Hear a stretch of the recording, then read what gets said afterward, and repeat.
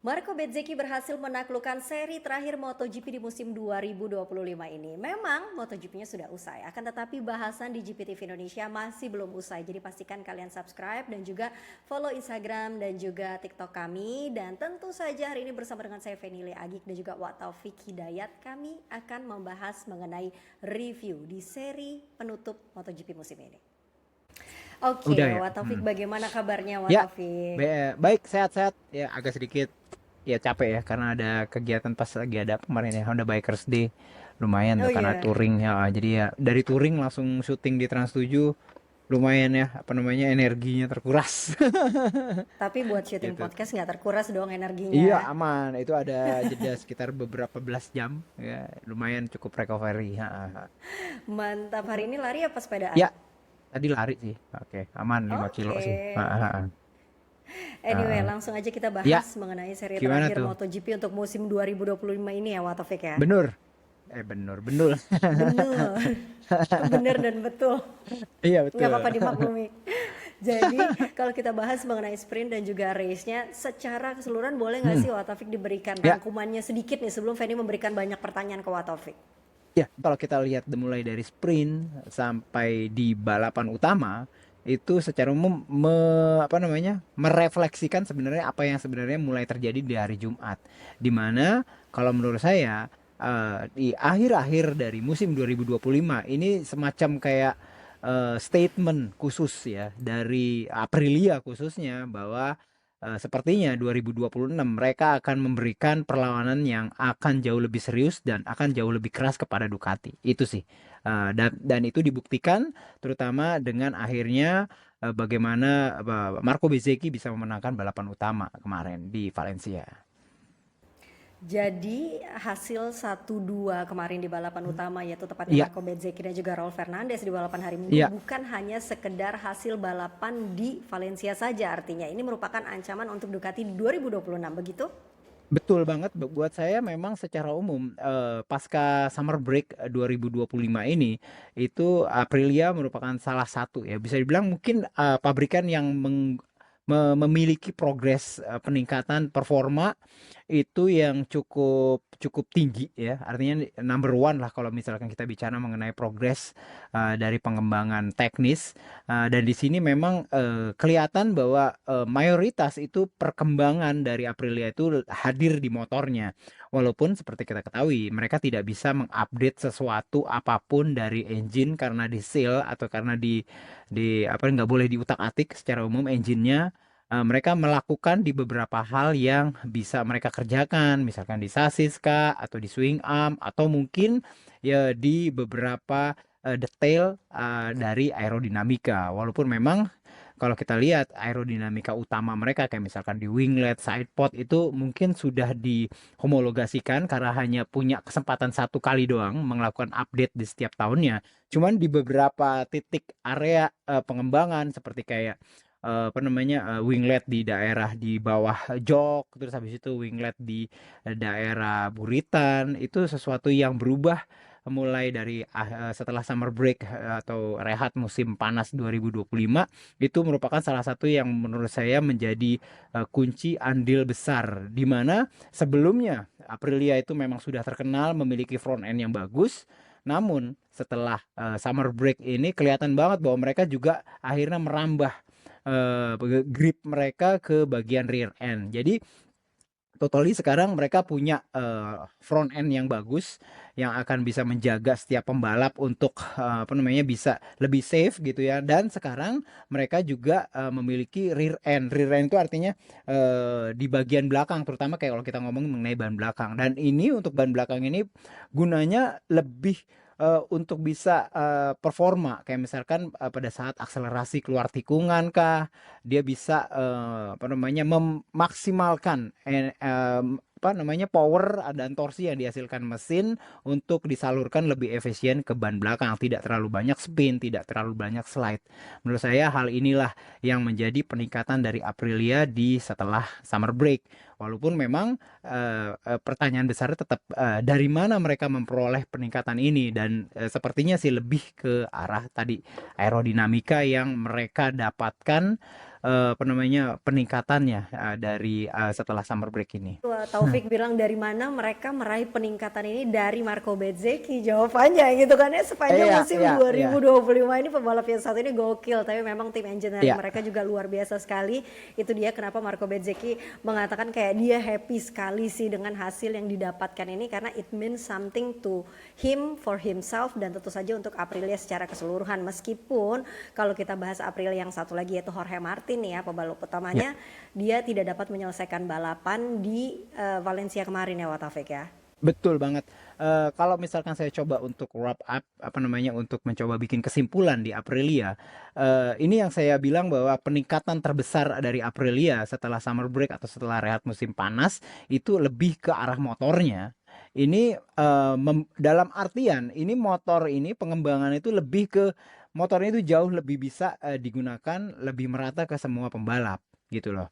Dan ini menurut saya cukup bisa dibuktikan gitu ya dari kehadiran kayak misalkan Raul Fernandez di 2 atau 3 seri terakhir gitu loh. Apalagi kalau kita ngomongin masalah Valencia di mana di Portimao sendiri kan Raul Fernandez kan harus absen karena cedera. Nah, dengan proses recovery yang begitu cepat, kita bisa lihat bagaimana gilanya Raul Fernandez di balapan Valencia. Artinya apa?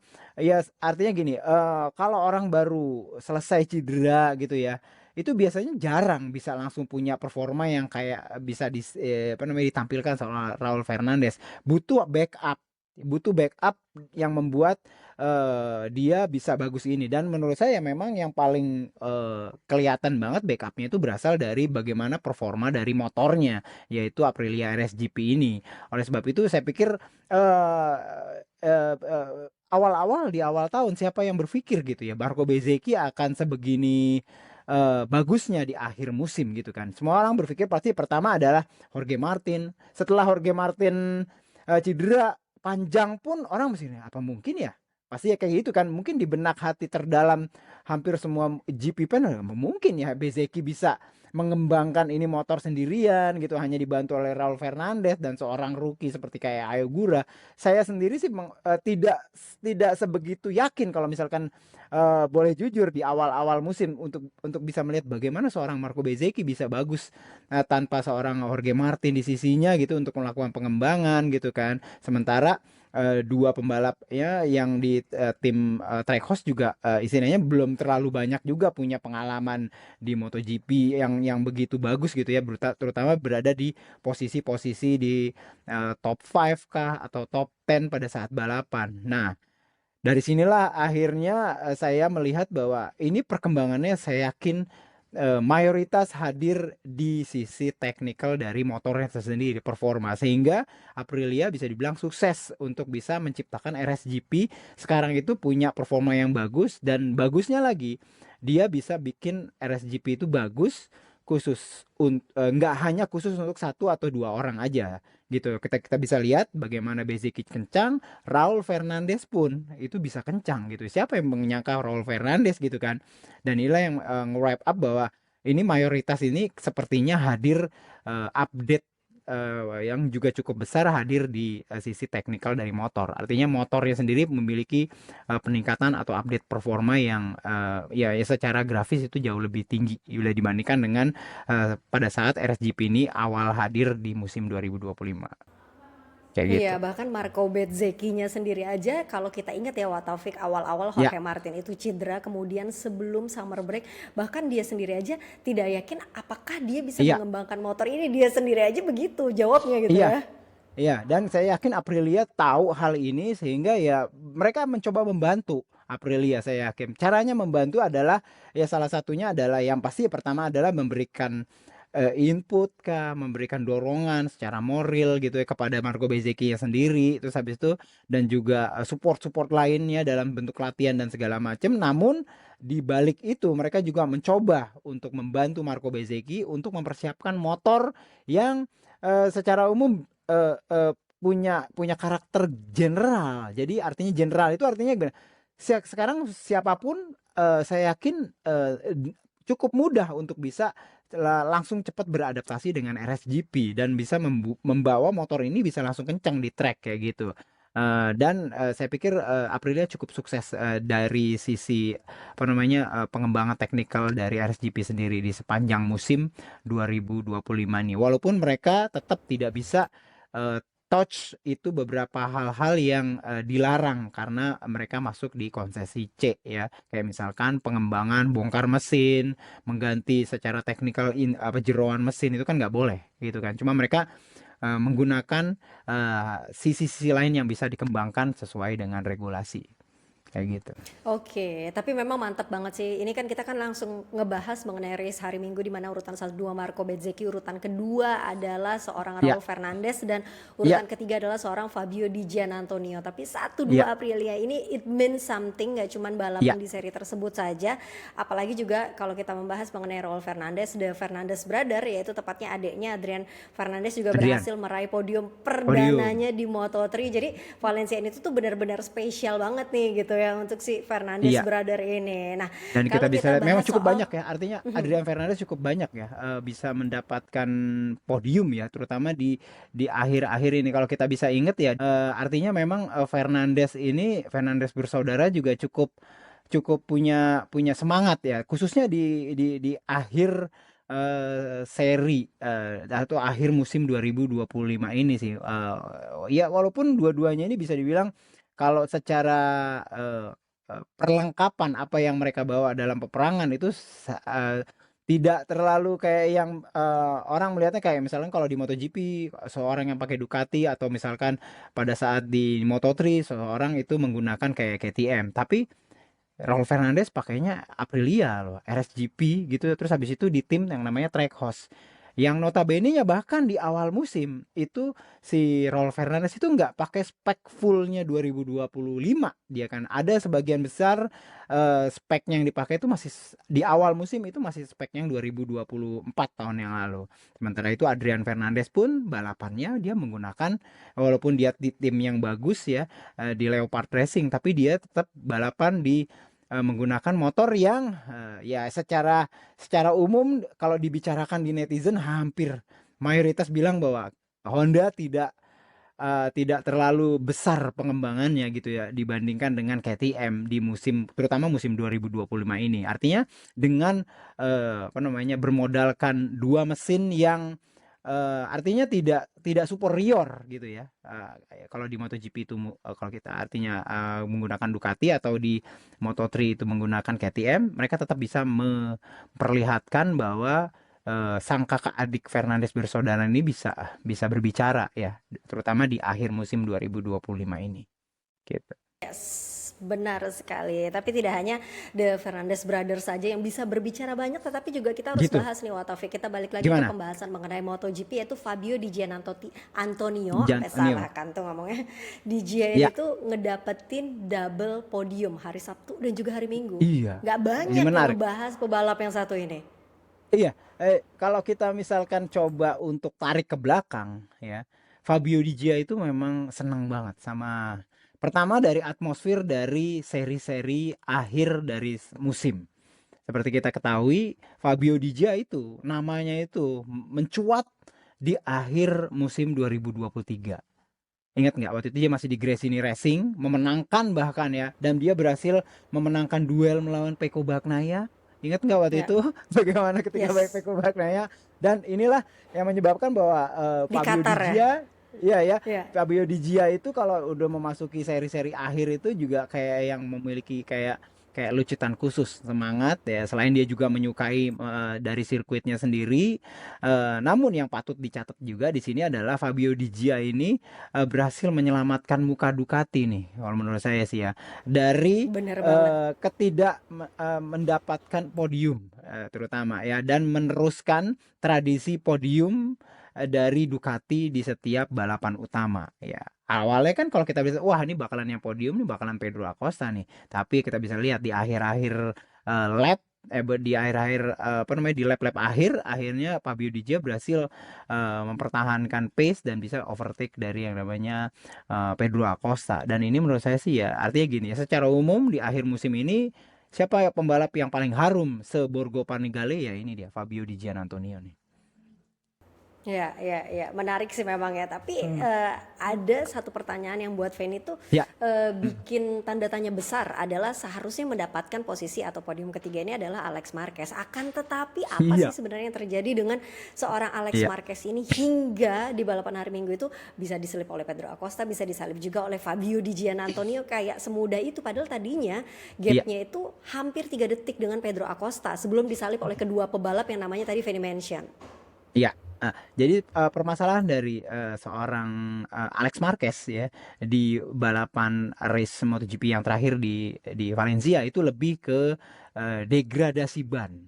Tapi memang kalau misalkan kita mencoba untuk analisa ini memang sedikit agak aneh. Kenapa? Karena permasalahan degradasi dari grip ban belakang khususnya dari seorang Alex Marquez itu terjadi bahkan setelah lap kelima, which is masih sangat dini banget gitu lah. Dari total 20 berapa? 27 lap ya. 26 lap. Itu tuh lap kelima itu belum, artinya berapa? Belum seperlima, 10 seperlima dari race dia sudah punya permasalahan, dan udah mulai kelihatan dari kemarin semenjak 5, 6, 7 itu pace-nya itu bahkan langsung drop dan bahkan lebih lambat sekitar hampir 0, bisa 0,5 detik dibandingkan dengan pace-nya waktu itu lagi ngejar itu adalah Pedro Acosta. Iya, permasalahannya di situ lebih ke grip ban. Cuman orang mau bertanya-tanya kenapa ada permasalahan dengan grip ban gitu ya. Sementara jenis ban yang dipakai oleh Alex Marquez itu bisa dibilang sama ya mirip lah dengan pembalap-pembalap yang lain gitu ya. Saya mencoba mengesampingkan tentang permasalahan dari inkonsistensi dari kualitas dari karetnya Michelin. Saya tidak bisa mengatakan hal tersebut karena memang nggak ada data.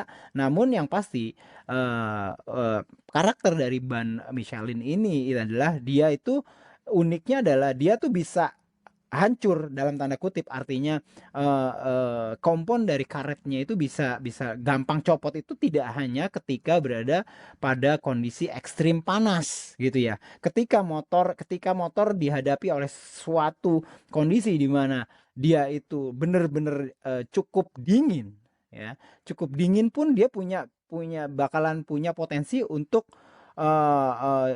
lumayan cepat rusak juga, cepat wear cepat, ya artinya cepat botak lah gitu, dan sehingga membuat gripnya itu juga gampang atau cepat hilangnya. Dan inilah sepertinya ya yang terjadi pada Alex Marquez. Karena kalau kita lihat memang balapan di Valencia itu benar-benar dari tahun ke tahun itu cukup aneh. Kenapa? Karena ini balapan di Eropa dan umumnya bahkan ya kalau kalau kita balapan di tempat lain itu biasa banget kalau yang namanya trek temperatur lebih tinggi daripada apa namanya cuaca udara gitu ya. Tapi kalau di Valencia itu bisa beda. Trek temperatur bisa lebih rendah daripada suhu udara. Tercatat kemarin trek temperatur itu 19 derajat Celcius, sementara suhu udara tuh di atas 20. Ini memang aneh banget, dan ya kita bisa tahu lah kayak misalnya orang Indonesia sendiri 19 derajat Celcius untuk suhu aspal itu dingin gitu loh, dingin. Bisa dibilang ini ice cold lah, 19 derajat Celcius gitu ya. Walaupun dia berputar dan berfriksi gitu ya, tetap istilahnya masih cukup dingin dalam tanda kutip, dan perkiraan saya inilah yang menjadi salah satu penyebab kenapa ban Michelin yang dipakai oleh Alex Marquez bisa bisa bisa apa namanya bisa cepet habis gitu ya. Permasalahannya adalah kenapa cuma Alex Marquez doang gitu kan. Sementara kan bannya Ya, sama gitu yang lain. ya. Pasti akan ada banyak pertanyaan seperti itu.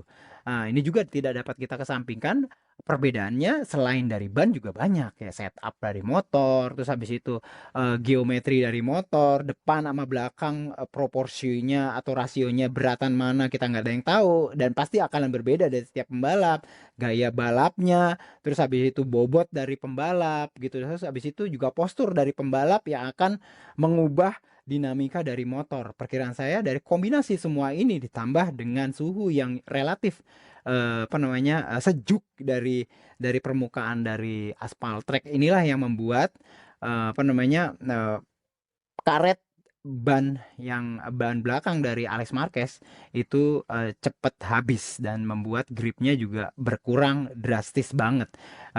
Berkurang drastis ini merupakan salah satu tanda-tanda bahwa memang terjadi sesuatu yang luar biasa. Kalau misalkan wearingnya itu habisnya itu pelan-pelan seperti kayak naturalnya ban atau naturalnya karet, itu biasanya kan turunnya kan pelan-pelan, tapi ini benar-benar langsung drop setengah detik, dan ini memperlihatkan bahwa ini ban ini bermasalah gitu ya. Balik lagi, saya kembali mengenyampingkan dari permasalahan inkonsistensi dari kualitas ban Michelin yang diberikan ke setiap pembalap gitu ya. Itu bisa terjadi, tapi itu tidak bisa terjadi. Cuma masalahnya kalau saya ngomongin itu, kita akan jadi sebuah debat yang nggak akan kunjung selesai gitu ya, karena nggak ada data dari Michelinnya Ya, sendiri dan apa segala ya. macam, dan kita nggak bisa menganalisa hal tersebut gitu. Jadi untuk sementara saya mengesampingkan permasalahan inkonsistensi dari kualitas ban Michelin yang mungkin terjadi ketika dia memberikan masing-masing kepada masing-masing pembalap walaupun jenisnya sama. Nah, jadi itu Van. Oke, sangat disayangkan sekali ya, dan itu Hmm. harus Iya, membuatnya kehilangan podium. Tetapi untung iya, saja di hari Sabtu dia berhasil menjadi pemenang di balapan sprint, iya di betul. mana Ha, hasil ha. balapan sprint adalah satu Alex Marquez, dua Pedro Acosta, dan urutan ketiga adalah Fabio Di Fabio Di Giannantonio. Giannantonio. Dan Betul. tidak ada nama Pecco Bagnaia dari dua balapan tersebut, baik MotoGP sprint dan juga MotoGP di balapan utama hari Minggu. Ini sial tuh definisinya adalah Pecco Bagnaia di tahun 2025 ini. Kalau kita ngomongin soal MotoGP di Taufik, ini Iya, bener-bener dalam arti sebenarnya, di mana hari Minggu balapan baru mulai, kemudian juga racing lainnya udah oke, tahu-tahu harus iya. menghindar dari Johan Zarco. Tapi ya dia sendiri mengatakan sih ini memang hal yang sudah apa ya, maksudnya tidak bisa dihindarkan. Tidak bisa Mungkin hari ini dihindarkan karena Zarco bisa jadi minggu depan saya, dia bilang iya, iya, begitu kan ya. sesuatu yang tidak bisa dia bukan prediksi ya, sesuatu yang dia tidak bisa kendalikan. Sesuatu hal kayak gini, racing incident seperti ini. Cuman ini tetap istilahnya jadi memperlihatkan satu konsistensi tertentu nih Van, malah. Jadi kalau menurut saya sih. Apa Jadi tuh? konsistensi apa? Konsistensi ketika Bezeki menang dan Pecco Bagnaia crash. Ada lagi meme-nya, itu beneran Iya, lagi ada lagi meme-nya, iya pokoknya memang benar, setiap memang ada. setiap Marco Konsistensi dari Bezzecchi. statistik. Jadi ini konsistensi dari statistik di mana ketika Marco Bezzecchi menang, konsisten juga bahwa Pecco Bagnaia crash gitu. Dari dulu Padahal gitu. ketika Taufik ngomong konsistensi, Feni udah mau ngambil buku catatan, wah Pak dosen mau ngeluarin sesuatu yang susah nih harus dicatat nih, ternyata konsistensi Marco Bezzecchi menang Da- dan Pecco Bagnaia crash, iya lagi. Iya bener. Konsistensi dari sebuah catatan statistik gitu. Iya, iya Iya begitu. lagi ya, bener sih. Tapi emang ya kalau kita ngomongin soal Valencia GP ini banyak banget hal-hal konyol atau crash Ya, konyol yang terjadi. Tadi kita ya, bahas mengenai aduh Pecco Bagnaia baru juga start lagi oke-okenya, terus dia harus menghindari Johan Zarco. Jadi ya, nggak finish tuh betul. balapannya.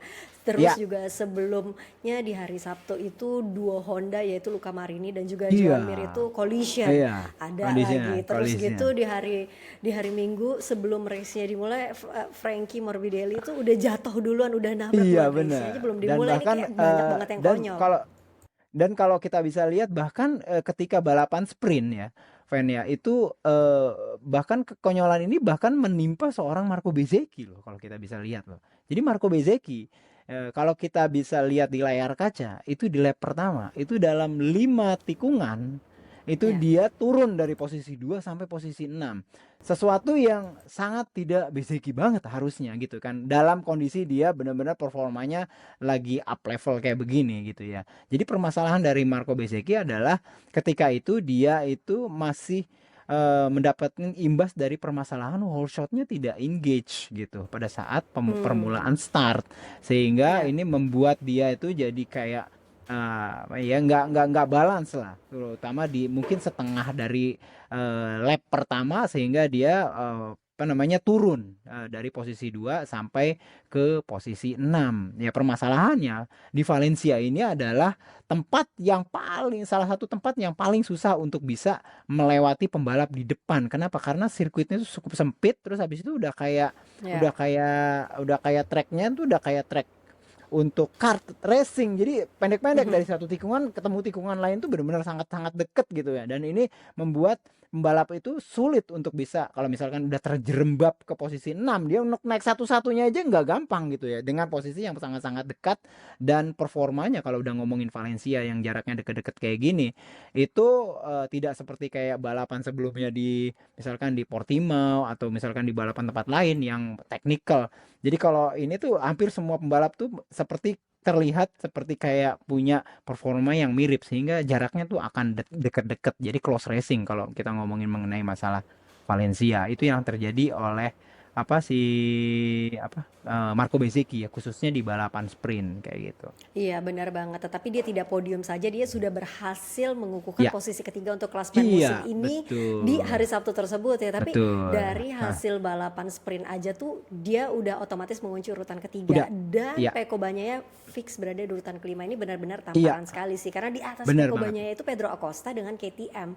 Bener, bener banget, bener banget. Dan kalau kita lihat eh, Acosta juga mengalami kekonyolan yang sama dan bisa dibilang mirip-mirip seperti yang dialami oleh Bezzecchi, walaupun dari pabrikan yang berbeda gitu ya. Saya agak sedikit bertanya-tanya dan sedikit kepo dan punya sinyalemen jangan-jangan yang membuat whole shot ini satu pabrik gitu ya, whole shotnya doang gitu maksudnya. Karena Mhm. ini terjadi hampir di semua pembalap gitu ya. Bahkan whole shot nggak engage itu terjadi oleh di Gian Antonio di balapan utama, which is Ducati ya. Kalau tadi kan Aprilia ya oleh Marco Bezzecchi, dan juga Pedro Acosta juga mengalami dengan motor KTM. Jadi KTM Ya. mengalami, Ducati mengalami, dan juga Aprilia mengalami permasalahan mengenai engage dari whole shot ini gitu loh, terutama yang di awal. Tapi kalau untuk di Gia dan juga Pedro Acosta ini terjadi di balapan utama. Ditambah lagi permasalahan mengenai apa namanya right head device yang terjadi oleh Pedro Acosta di lap-lap awal, di mana terjadi semacam kayak keeroran dari komputer hidrolis dari sistem right head device dari KTM RC16-nya yang dipakai oleh si Pedro Acosta ini gitu. Ya, tapi kalau kita ngomongin soal hal tersebut di 2025 ini lagi sering banget nih, banyak banget yang tadi Wak Taufik juga sebutin, ini Iya, ada iya, apa sih sebenarnya dengan whole shot device ini gitu iya, ya. iya. Heeh. Ini banyak sekali di 2025 ini terutama. Iya, kalau menurut saya sih ini lebih kenapa, karena yang pertama adalah Eee, karena memang tidak diperbolehkan, 2 sistem ini tuh elektronik, gitu ya. Kalau dengan elektronik, orang akan tahu minimal ketika dia tidak engage atau segala macam, itu bisa kelihatan secara elektronik dan bisa dipantau, dan angka-angkanya bisa benar-benar dikendalikan. Cuman karena ini tuh berjalan benar-benar sangat mekanis, karena regulasi tidak memperbolehkan 2 alat ini dikendalikan secara elektronik, ini membuat sistemnya akan jadi jelimet gitu ya. Misalkan mungkin saya pernah bicara sama Penny mengenai masalah sistem right height device. Ini sebenarnya sistem komputer, tapi bukan komputer elektronik gitu loh. Ini tuh komputer tapi komputer hidrolis. Jadi kayak misalnya kalau di komputer elektronik kita ketemu transistor, kapasitor dan segala macam. Ini tuh modelnya transistor, kapasitor dan segala macam yang bagian part-part elektronik tersebut itu digantikan oleh sistem hidrolik.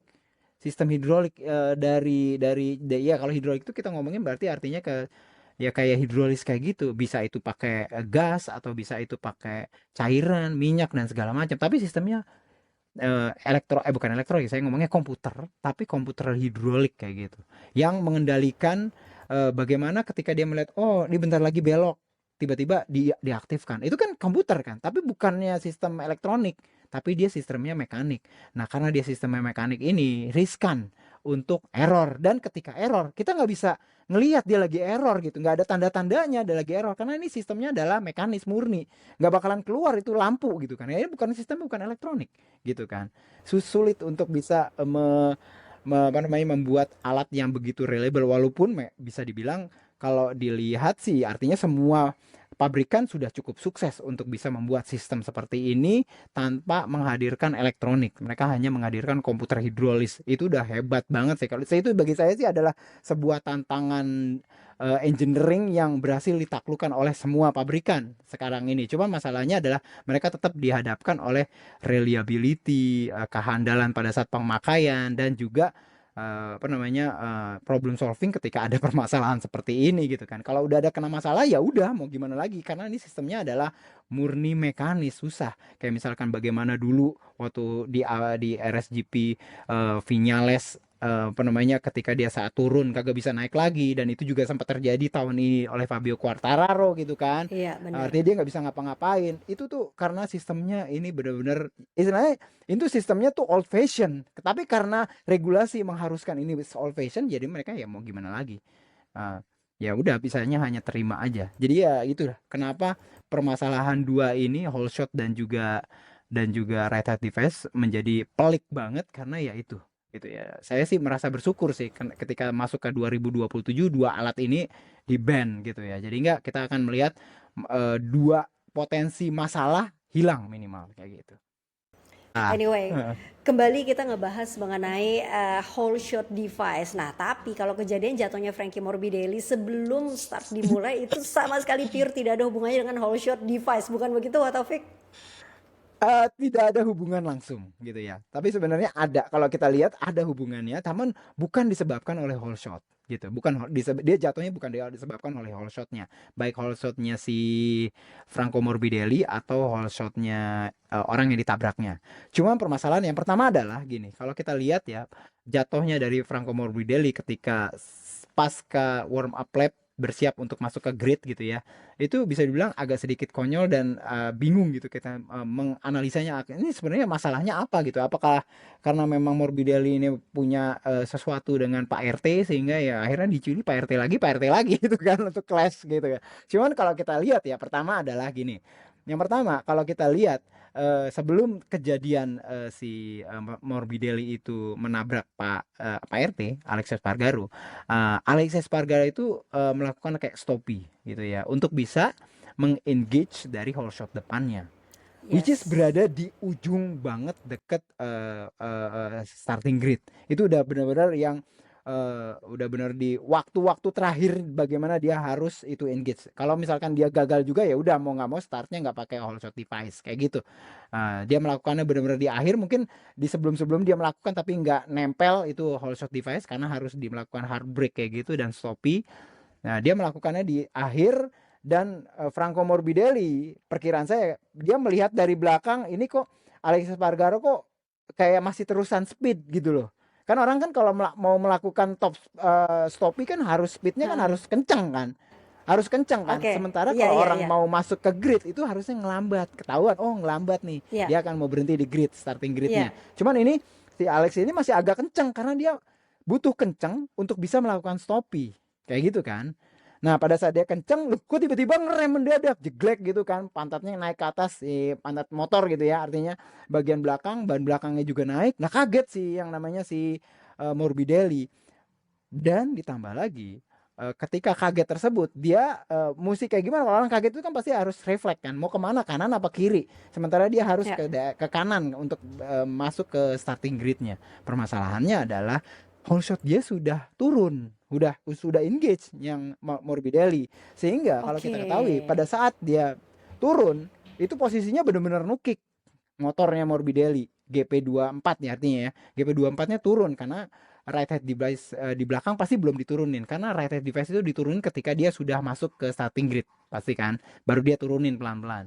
Nah dia depannya udah nukik, dan posisi depan udah nukik itu artinya secara rasio apa namanya bobot itu udah berubah, dimana bobot udah ke depan, dan untuk motor yang benar-benar nungging kayak gitu pasti sulit untuk dikendalikan, pasti sulit, nggak seperti kayak motor normal yang lagi standarnya apa namanya rata gitu. Ini lebih Ya.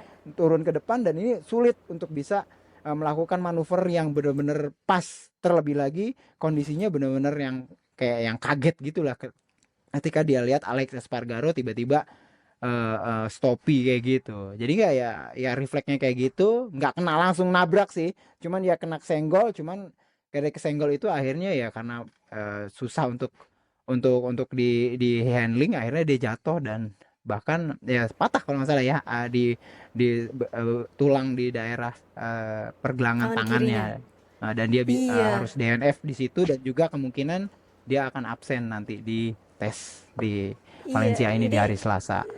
sangat disayangkan sekali, beneran balapannya Iya, belum belum mulai kemudian hal ini iya, terjadi, ini beneran kayak konyol dalam tanda kutip, tapi iya, tentu saja kita doakan semoga juga recovery-nya cepat gitu ya, iya, dan juga dia bisa kembali untuk melanjutkan tes, meskipun tadi Watofi juga bilang bahwa udah dipastikan absen sih di tes hari Selasa. Nah, iya, sebelum sepertinya kita gitu. ngebahas soal pertes-tesan ya Watofi, ini kan udah fix juga nih mengenai Honda yang naik ke konsesi C.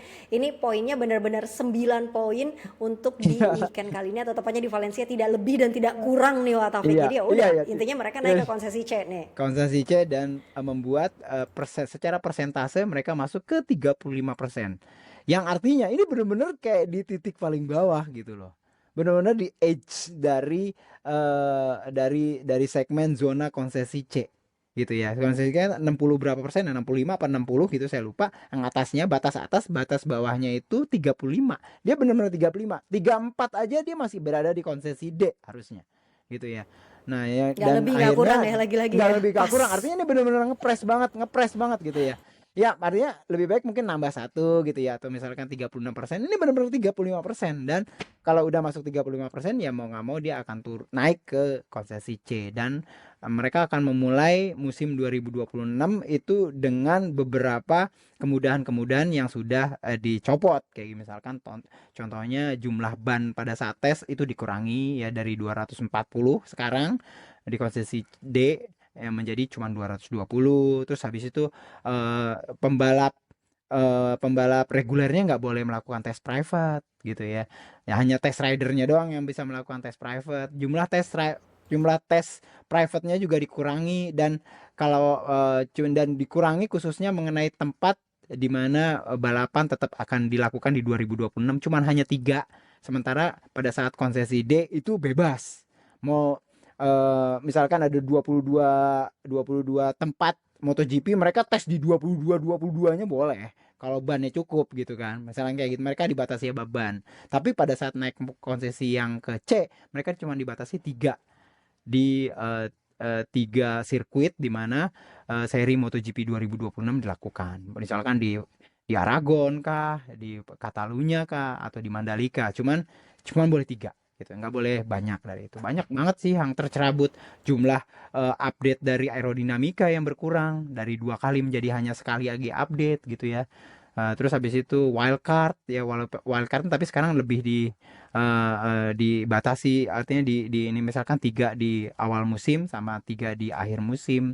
Jadi secara umum eh, mereka dengan hanya 35% mepet-mepet, tapi secara umum apa namanya, banyak keuntungan-keuntungan yang sebelumnya diperoleh di 2025 dicabut di awal di musim 2026. Paling gampang adalah nanti Iya. pada saat Sepang tes checkdown. Pada saat checkdown itu Marini, Mir, terus habis itu Zarco itu nggak boleh tes. Hanya boleh tes Moreira karena statusnya adalah rookie gitu ya. Sementara Marini, Mir sama Zarco nggak boleh tes. Tapi kalau dia di D harusnya pada saat checkdown Marini, Mir, Zarco boleh tes. Nah itu paling gampang adalah kayak gitu nanti di Hmm. 2026. Simpelnya ya. Iya, iya. Pasti banyak pertanyaan dari netizen.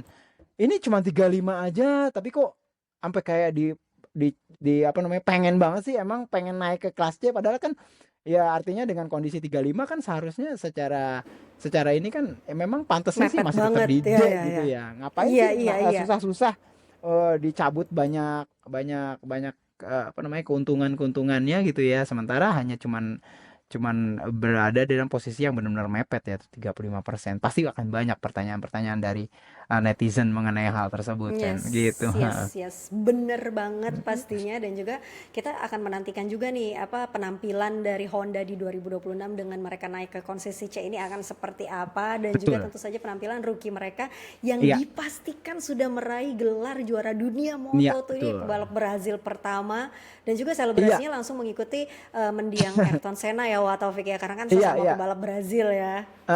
Dan juga menampilkan beberapa juara-juara sepak bola ya apa namanya, selebrasinya di lapangan. Ada Pele, ada Ronaldinho, saya lihat ada beberapa pembalap apa namanya, pesepak bola yang sudah lebih dahulu terkenal apa namanya, mengharumkan Brazil di olahraga ini. Menurut saya sih juga cukup menarik sih ke depan, tapi melihat dia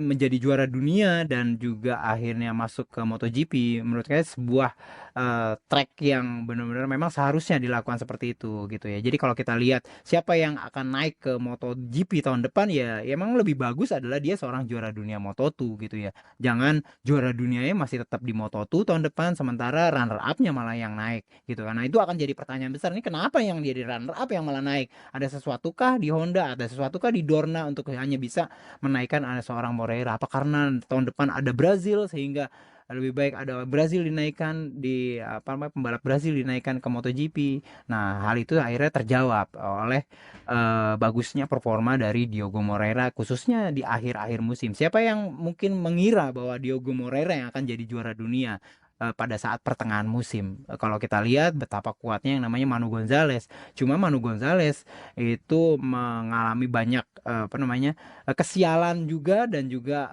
Ya. permasalahan ya dari performa dia sendiri. Jadi kombinasi khususnya kayak misalkan di Indonesia di mana dia finish posisi 2 mengoleksi 20 poin, tapi 20 poin itu paksa harus dihapus gitu ya karena dia melakukan penyalahgunaan teknis gitu ya, yaitu menggunakan firmware dari software yang artinya tidak masuk dalam homologasi FIM untuk Moto2.